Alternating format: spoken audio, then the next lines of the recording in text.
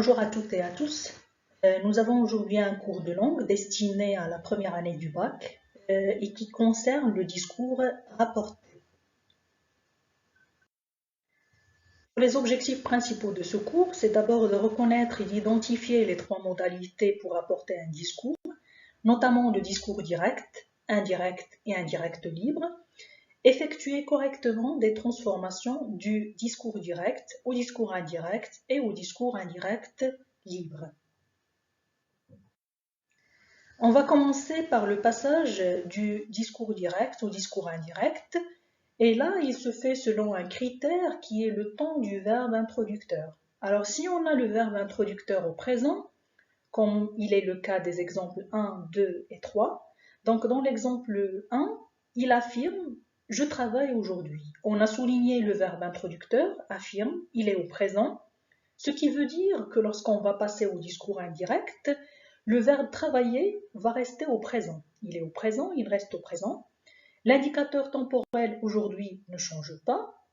Par contre, on fait attention juste au pronom personnel, c'est-à-dire celui qui parle et à qui il parle, et aussi à la nature de la proposition. Ici, on a une affirmation, donc on utilise le subordonnant que. Ça devient, il affirme qu'il travaille aujourd'hui.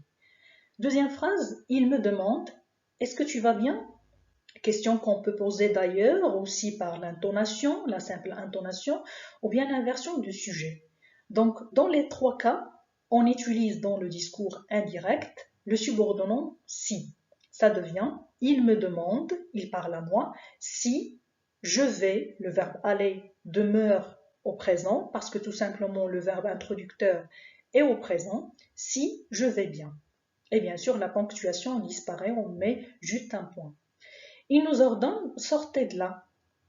Sortez, c'est l'impératif présent. Au discours indirect, l'impératif devient 2 plus infinitif. Donc, on aura la phrase « il nous ordonne de sortir de là » avec un point à la fin. Maintenant, si le verbe introducteur est au passé, l'exemple 4, il a annoncé « j'ai rendez-vous chez le dentiste aujourd'hui ». A annoncé, verbe introducteur au passé composé. Donc, on peut avoir aussi un imparfait, un passé simple, l'important un verbe du passé, ou bien un temps du passé.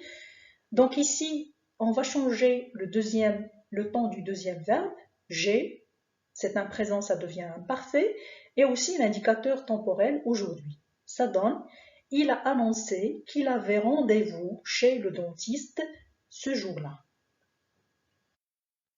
Alors pour ce qui est maintenant du discours indirect libre, on va prendre l'exemple au discours direct. L'accusé se défendait bien, il se demanda « Aujourd'hui, le juge a-t-il des preuves contre moi ?» La première des remarques, c'est que le verbe introducteur se demanda est au passé simple. Donc, ce qui veut dire qu'on va effectuer les changements nécessaires. On a une question avec l'inversion du sujet, donc on utilise le subordonnant « si », discours indirect. Ce qui donne, l'accusé se défendait bien, il se demanda si, ce jour-là, le juge avait, l'imparfait qui remplace le présent a, avait des preuves contre lui.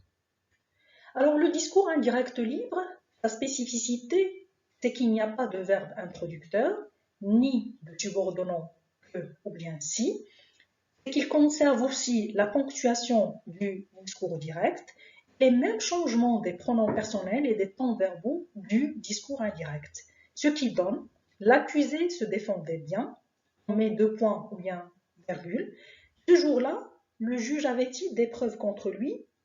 Donc, c'est comme si on a introduit la parole ou bien les pensées du personnage directement dans le récit.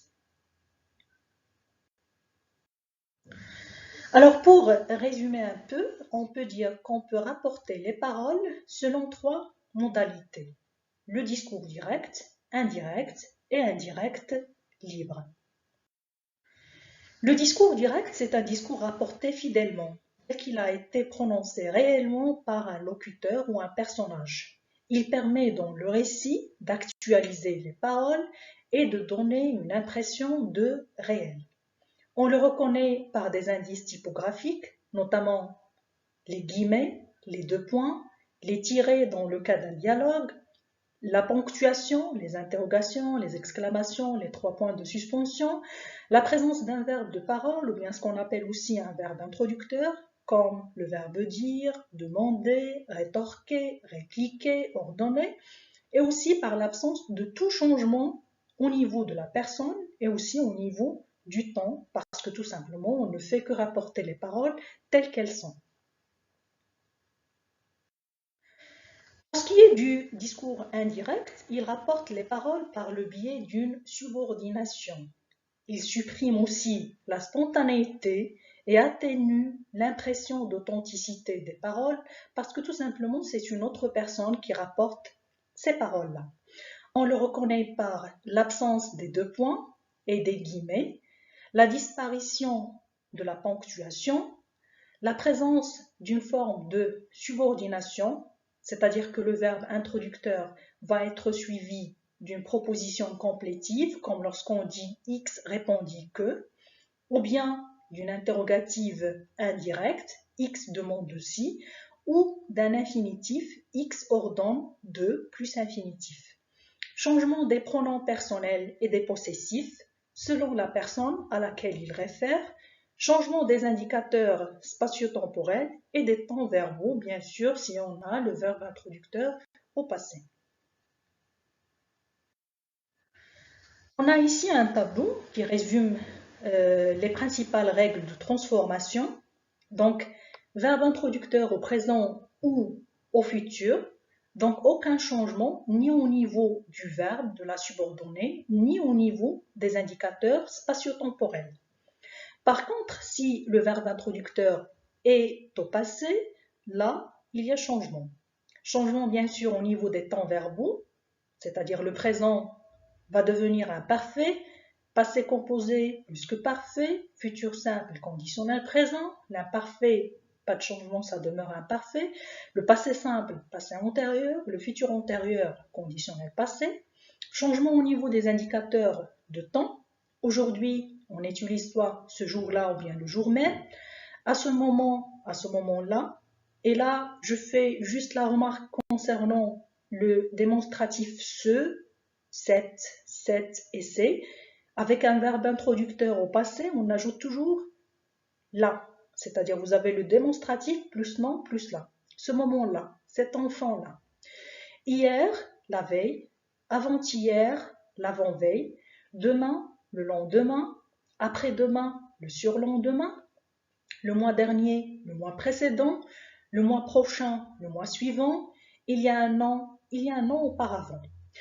Changement au niveau des indicateurs de lieu. Ici, ça devient là.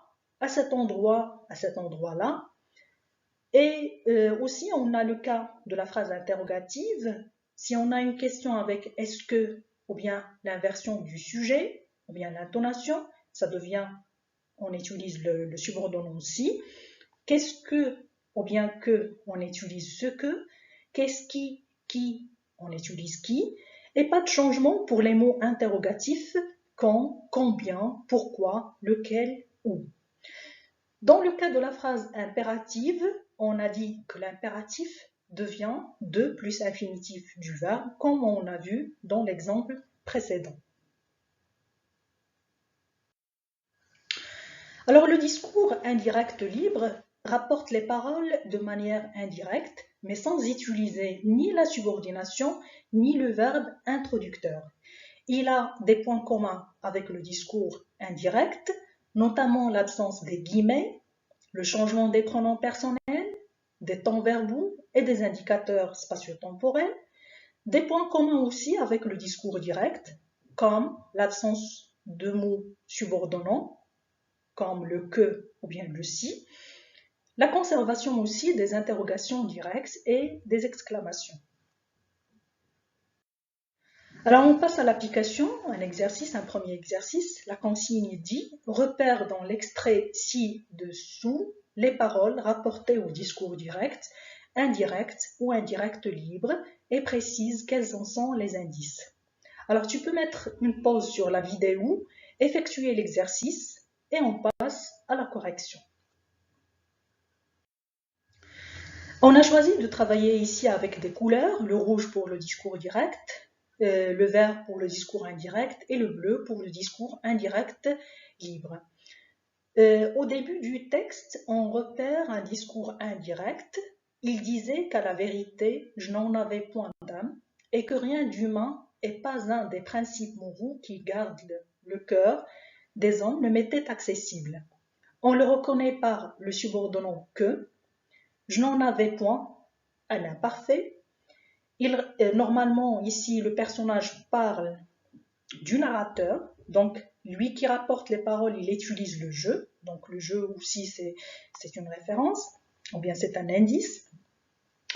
Alors le deuxième exemple, ou bien le deuxième discours, c'est sans doute, ajoutait-il, nous saurions le lui reprocher jusqu'à un gouffre où la société peut succomber. Donc ici, il s'agit d'un discours direct, on le reconnaît par les guillemets, par le verbe de parole ajoutait-il, qui est mis ici au milieu du propos, c'est-à-dire en incise. Nous avons aussi le pronom personnel nous, qui réfère à celui qui parle, et nous avons le présent, c'est-à-dire qui domine dans le passage. Par exemple, il s'agit, on a aussi doit, on a le verbe, par exemple, devient, donc peut, donc beaucoup de présent dans le passage. Un autre discours direct aussi dans la phrase « Cette cour, messieurs, va juger demain le plus abominable des forfaits, le meurtre du père ». Les indices, c'est d'abord les deux points, les guillemets. On a l'interpellation de l'interlocuteur, messieurs, le temps du verbe va juger, c'est un futur proche, demain. Donc tout ça, ça réfère au discours direct. À la fin de l'extrait, nous avons un discours indirect libre, l'imagination reculée devant cet atroce attentat. On le reconnaît d'abord par l'indice selon lui, qui réfère ici aux paroles du personnage et non pas à celles du narrateur, l'absence d'un verbe de parole, l'absence de subordination, c'est-à-dire les pensées du personnage sont introduites directement dans le récit. Un deuxième exercice, la consigne met au discours indirect. Donc de la même façon, pause, on fait l'exercice et après on passe à la correction. Alors pour ce qui est de la première phrase, il leur demande « Est-ce que vous serez là avec moi demain ?» Le premier repère, c'est demande, verbe introducteur au présent, ce qui veut dire qu'on va changer, ou bien qu'on ne va changer ni les temps verbaux, ni les indicateurs temporels. On fait juste attention aux pronoms personnels. C'est lui qui parle à eux. Il leur demande, est-ce que ça devient si, s'ils seront là avec lui demain. Ils nous ont dit hier, quand vous avez appelé, nous étions au cinéma. Le verbe introducteur on dit, au passé composé, ça veut dire qu'on va effectuer les changements nécessaires. Donc ça va devenir, ils nous ont dit que la veille, quand nous avions appelé, le passé composé devient plus que parfait, ils étaient au cinéma, l'imparfait, pas de changement, ça demeure imparfait. Qui êtes-vous? Que faites-vous ici? Pourquoi ne partez-vous pas? Demanda-t-elle à l'inconnu. Demanda verbe introducteur qui est mis à la fin du propos au passé simple, ce qui veut dire qu'il y aura les changements. Donc on va commencer de cette façon. Elle demanda à l'inconnu. Elle parle donc à une seule personne. Le vous qu'on a ici, c'est un vous de politesse. Donc on va dire, elle demanda à l'inconnu qui il était, le présent devient imparfait, ce qu'il faisait là, ici devient là, et pourquoi il ne partait pas. Ils leur demandèrent, ne nous parlez plus de ce sujet. Demandèrent verbe introducteur au passé simple, donc on fait attention au changement. Donc ça devient, ils leur demandèrent de ne plus, généralement lorsqu'on a la négation, on met le ne plus devant l'infinitif, de ne plus leur parler de ce sujet-là et on ajoute là avec le démonstratif parce que le verbe introducteur est au passé. Nous avons commencé notre travail sur le livre avant-hier, ont-elles annoncé à leur professeur, mais nous n'avons pas fini. Donc, verbe introducteur au milieu du propos, ont-elles annoncé, il est au passé composé, donc nécessairement on va faire les changements nécessaires. Donc on va dire, elles ont annoncé à leur professeur qu'elles avaient commencé leur travail sur le livre l'avant-veille, avant-hier, avant-hier devient l'avant-veille, mais qu'elles n'avaient pas fini. Un troisième exercice, mais au discours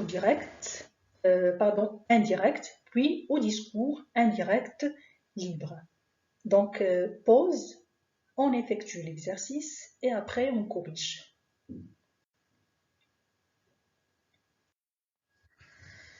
Alors pour la première phrase, il regarde à l'échelle et la hauteur du mur et se dit « je n'y arriverai sans doute pas ». Alors là, on hésite pour le verbe se dit, le verbe de parole. On ne sait pas est-ce que c'est un présent ou bien c'est un passé simple. Alors pour avoir le cœur net, on revient au verbe qui le précède, regarda. C'est un passé simple, ce qui veut dire que lui aussi, il est au passé simple. Donc, on va effectuer les transformations nécessaires. Donc, il regarda l'échelle et la hauteur du mur et se dit qu'il n'y arriverait sans doute pas. Le point d'exclamation, bien sûr, disparaît. Dans le discours indirect libre, on a dit qu'il n'y a pas de verbe introducteur, qu'il n'y a pas de subordonnat, qu'on conserve la même ponctuation du discours direct et les mêmes transformations des pronoms personnels et des temps verbaux du discours indirect. Donc ça va donner, il regarde à l'échelle et la hauteur du mur, virgule, il n'y arriverait sans doute pas, avec le point d'exclamation. Bloqué dans les embouteillages, l'employé s'inquiétait, il se demanda « Que va dire mon patron si j'arrive en retard ?» Donc ici, se demanda au passé simple, donc il y aura changement. Question avec que, ça devient ce que, et on fait attention au temps des verbes. Bloqué dans les embouteillages, l'employé s'inquiétait, il se demanda ce que son patron allait dire, va dire présent, va, donc ça devient aller, l'imparfait. S'il arrivait en retard, donc j'arrive présent, ça devient imparfait. Pour le discours indirect libre, donc on va dire directement, bloqué dans les embouteillages, l'employé s'inquiétait, sans verbe introducteur ni subordonnant, qu'allait dire son patron s'il arrivait en retard. Et merci pour votre attention.